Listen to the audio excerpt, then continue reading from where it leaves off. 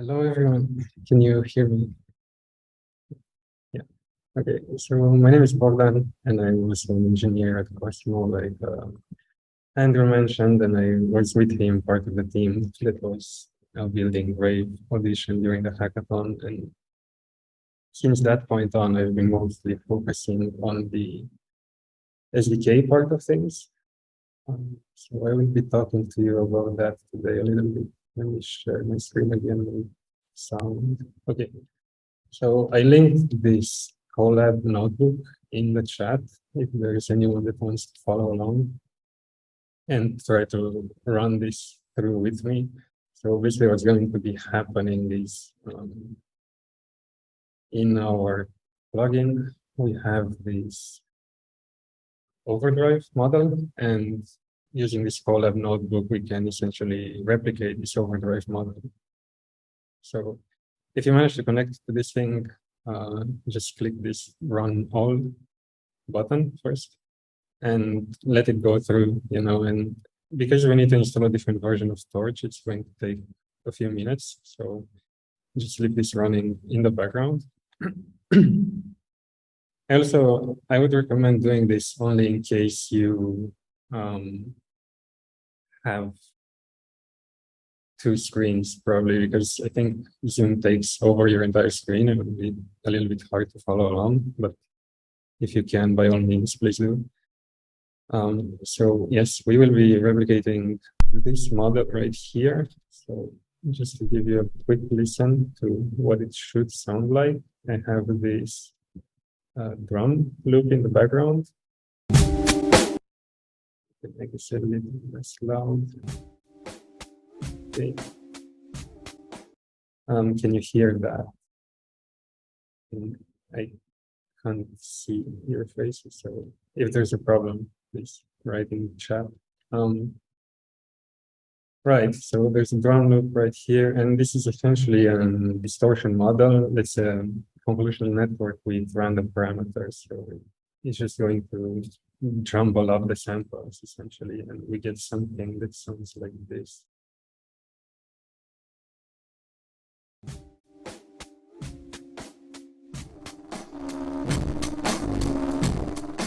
Right, and we have a couple of parameters here. So if we change these, then you can notice that the distortion itself does get a little bit changed, but not a lot.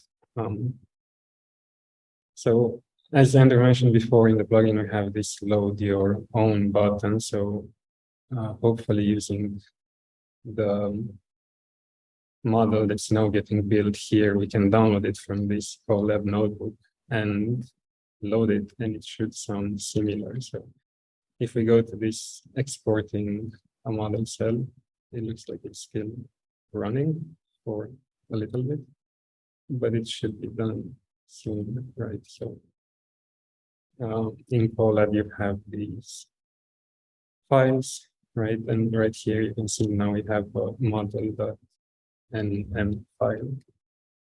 So we'll download this to the machine. First, let's say name it workshop.nm, and this is essentially all we need to proceed. We can load it here. And now there is a small bug with the current version of the plugin where you can notice that these metadata parameters, so the name of the model, don't show up properly with local models. It's not a problem though, because it is still working. So let's give it a quick listen.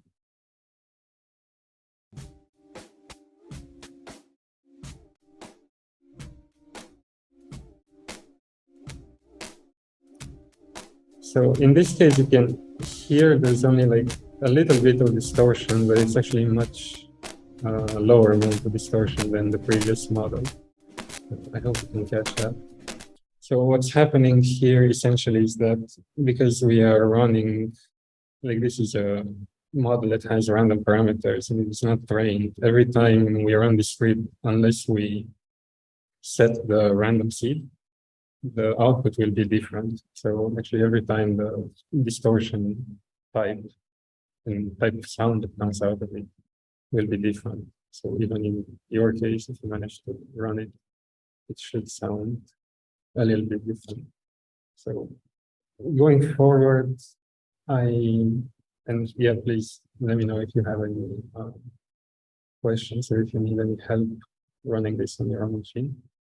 But I will explain a little bit of like what is happening, right? So let's start with this model definition. You can see here we have a link to the file containing more or less what's in this column as well in our SDK. And this is a model inspired by from a paper by Christian Steinmetz, where he came up with this small convolutional model, which essentially looks a little bit like this. So there is a very small sequential network that takes care of. Can you like make the font a bit bigger? Sure. If possible. Oh yeah, that's good. Yeah. Okay, so there's a small sequential network that takes care of modulating the parameters that we've seen, and then there's the actual convolution neural network itself, which is essentially a stack of convolutions that Christian called TCN blocks. They come from temporal convolutions, and the main idea is that they are causal, so they only see what came before in the past of the audio, so they are not centered on the current buffer. And they have relatively larger dilation size compared to normal convolution, although in the case of a distortion model, that it's not that important. So you can see it's a very small model sitting at only 50,000 parameters, and we are not training it. So we are just essentially defining it, giving it some random values, and using it from now on. What is important to notice here is that it is just a normal PyTorch module, right, that implements a forward function. And this particular model doesn't necessarily need to sit together with the code that's coming down below that shows the SDK. It could also be in a different file, or it could be your own project. And going forward, so this would be number 3 here in the table of contents. We will look at how to actually take this PyTorch model and wrap it with Neutone so we can run it in the plugin. What's happening here is that you need to define class that's a subclass of this waveform base that we define in our SDK. And there are a couple of different methods that you need to override. So there are 2 main types of methods, let's say. So as you've seen here, I can download the model and then take it and run it in the plugin locally, right, using this load your own button. But it is also possible to add a model to this list of models here. So to facilitate that, we need a couple bits of additional information, right? So if we look at this one, Bogdan, yes. Sorry to interrupt. I find that the link you shared isn't working for everyone. So right. let's pause here for a little bit. I should have the link that you gave me yesterday. And I had that in the email that I sent last night too. But in case anybody's having an issue accessing this notebook, I just pasted it in the chat. So please use that. This one should work at least on my browser, but if not, then feel free to let us know. Great, sorry about that. We will share the links again at the end, so this notebook you can execute it at any point in time. Okay, so as I was saying, you can load these models locally and use them on your own computer, but it's also possible to upload them and share them with everyone else. And in case you do want to share them with everyone else, we need a few bits of information about what to actually display here in the plugin and on our website, right? So there are these methods here. Let me see if I can make it a little bit larger again. Right, I'm clearing the plugin back. So you can see, for example, the get model name, let's get model authors, let's get model version, and this short description that all show up here in the plugin. Right, you have the name, the authors, the version, and the description. And once you click use on the model, we have this get Neutone parameters method as well that you can see defines 3 parameters, right? Depth, P1, P2, and small description for them, and the default value that all get mapped to these custom settings here. So the first one is depth, then P1 and P2. And finally, the last one is grayed out because it's not defined in this list.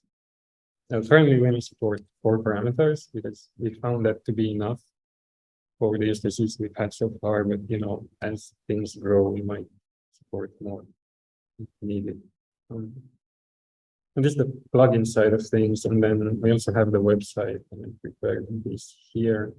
We can see like a little bit of additional information, like there is this long description and technical description in here and here specifically.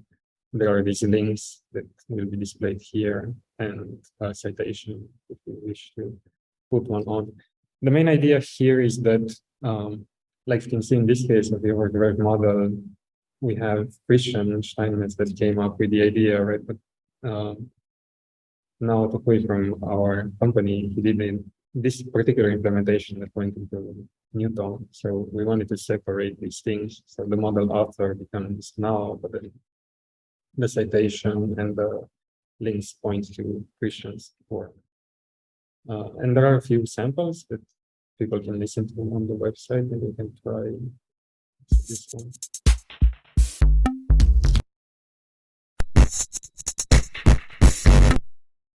I'm sorry, that was a bit loud. I will go over how these samples work later on, but essentially these are also customizable, although these 2 specific ones for this model come by default with the SDK.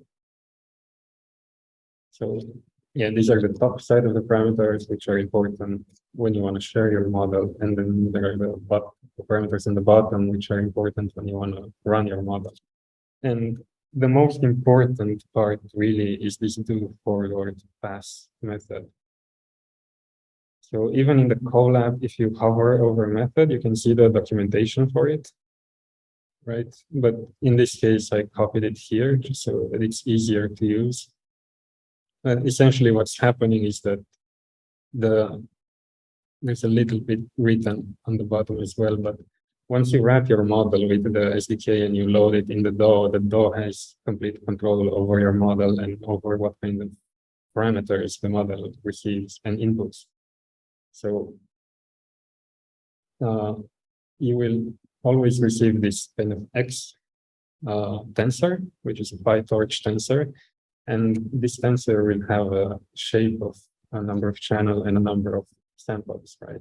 The number of channels is defined by this method right here called isInputMono. So if you make this method true, then you will receive 1 channel at a time, whereas if you let it false, you will receive 2 channels. By default, the DAO works with 2 channels all the time. 2 channels as an input and 2 channels as an output. But for convenience, we provide these methods, and they also make things a little bit faster internally if you use them and you don't do this conversion by yourself. And the number of samples is a little bit more tricky. It depends on the model, essentially what you will get here. So if you have a model like this overdrive model that really supports any number of samples, we have this method called get native buffer sizes, and it returns an empty list. And an empty list means you can support any buffer size. So your model essentially can deal with anything coming in. But for example, the Rave models that we have, they would have something like 2048 here. So they always need 2,000 samples and an input, and they want these samples to be at 48K. So this is maybe a more common use case where you train your model at a particular sample rate, and your model expects to receive a certain buffer size. And you can define this here. And then you will be guaranteed to get a tensor at the input that will have 2048 samples at 48K sample rate, right? And this is one of the things that the SDK, takes care for you. Like it will automatically do this conversion on the fly between the sample rate and the buffer size defined by the user within the DAW and what the model needs at the output and back at the input and back out on the other side at the output. We also expect the output of this do forward pass method to always return the same amount of samples. So you are supposed to process this buffer that you are receiving and convert it into whatever you want to convert it in, but always return the same number of samples.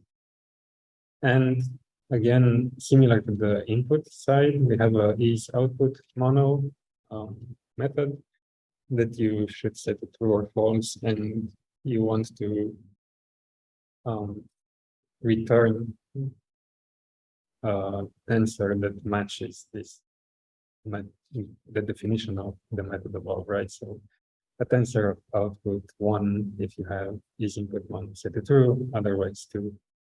We didn't do this for flexibility. Most models will probably be either mono to mono or stereo to stereo, but there are cases where people want to switch it up a little bit for different kinds of effects. So that deals with the input X and the output of the model, and then there is this params dict, and the params really comes from this method. And you can see here, for example, we put depth P1 and P2 as parameters, and in this do forward pass, you will receive from the DAW, like at runtime, a dictionary that's indexed by the same keys, right? So P1, P2, and depth. And these will come in as tensors of size 1, really like 1 float, and they get averaged over the buffer size. Although we do offer the option to get the parameters of the same size as the input buffer if you do not want them to be average. Right. So one thing is that each call is fully independent of each other, and generally you should imagine the users of the DAW to set the settings of the DAW to something like, let's say, 512 samples at the sample rate of 48K, which means you only get around 10 milliseconds of audio to work with at one time. So this means that your model internally should have some kind of, because neural network models tend to usually need more input audio, like let's say a few seconds of time. And then your model should do this caching by itself, or like caching the past inputs. So architecture that's a very natural fit in this case are RNNs, because they have this memory mechanism built in. But even in convolutional networks, we can augment them with these cached padding layers that Naotaki will also cover later on in the talk. But they are being used in this collab if you want to see like an implementation quickly of what is happening. You can notice that our conv1D has a padding layer that's defined here. So if you're interested in how this works from a code point of view, this is a good starting point. Okay.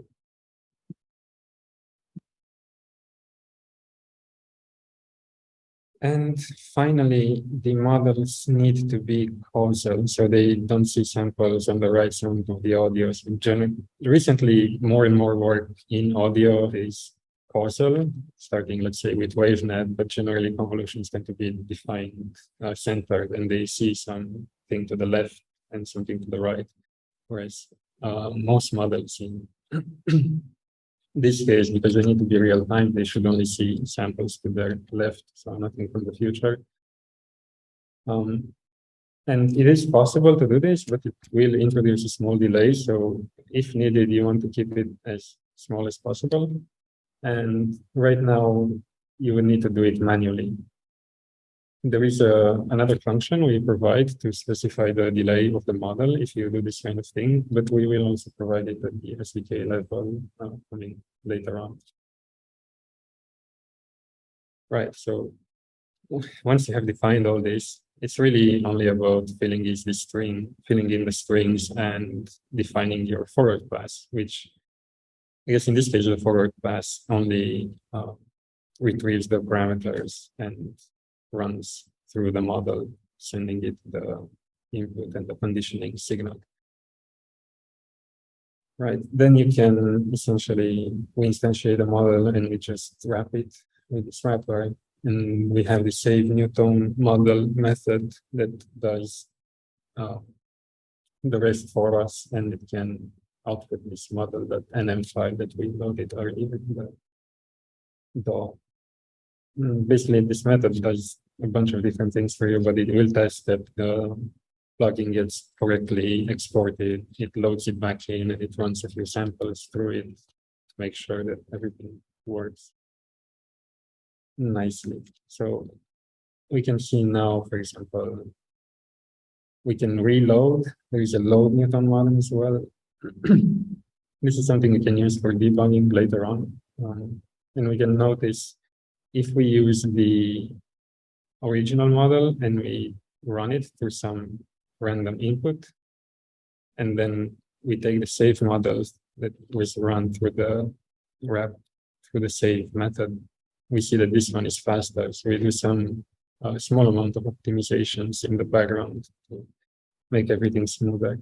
And in this case, like let's say we assume these 2048 samples with 48K, we need the model to be faster than 42 milliseconds for it to be real time. So this is a simple way to check whether your model in its current state is fast enough and should run in the DAW without hearing any kind of clicks and pops and stuff like that. And the rest of this notebook will essentially show you how to change the samples of the website on the website. So going back, if you remember from here, we had 2 samples. And these 2 samples, when you run your model through the save Newton method, we have these available in the SDK, and they will get ran through the model you provided, and they will be converted to the output sample, and everything will be uploaded on the website. But in case you want to change them, and maybe you have a model that works better with a certain kind of input, or you simply want to show something else, there is some example code at the end of the notebook how to do that. So you can either provide only the input sample and we will automatically render the output sample, or you could provide a pair of input output samples and these will show up on the website. So at this point, you can also listen to the print the samples as MP3s in the folder where the model gets exported, and we also dump this metadata.json file. So let's say you have your model, you managed to go all the way through all of this, right? You sorry about that, you loaded it into the DAW, it sounds good.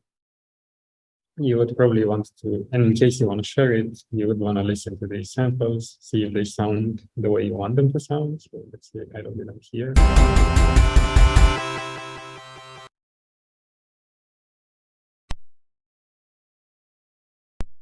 Looks I have a bug here. Anyway, you would want to fix this and then look at the metadata.json. You would want to check that the fields match what you wrote above, and then you can go to our GitHub. There's also a link coming out when you export the model right here. You can either click this, or you could go to our GitHub on the issues tab and open a new issue, and you'll see this request to add model. So here we only need this .nm file that has been outputted at this point. You will upload it somewhere, and then we can take a look and see how it sounds. And if everything's good, we can add it to the list of models here and on the website. So this example here in the Colab is something a little bit easier, just to see the whole workflow and to have a small example of a cache convolutional network and see how that works. But of course, we are not training anything, and we are under some time constraints. But now Taki will show you in the next part how you can train actual models, or something like the Rave model or the DDSP models that we have available using your own data, and some tips and tricks of how to go around that. So thank you for listening. I'm gonna pass it on to him.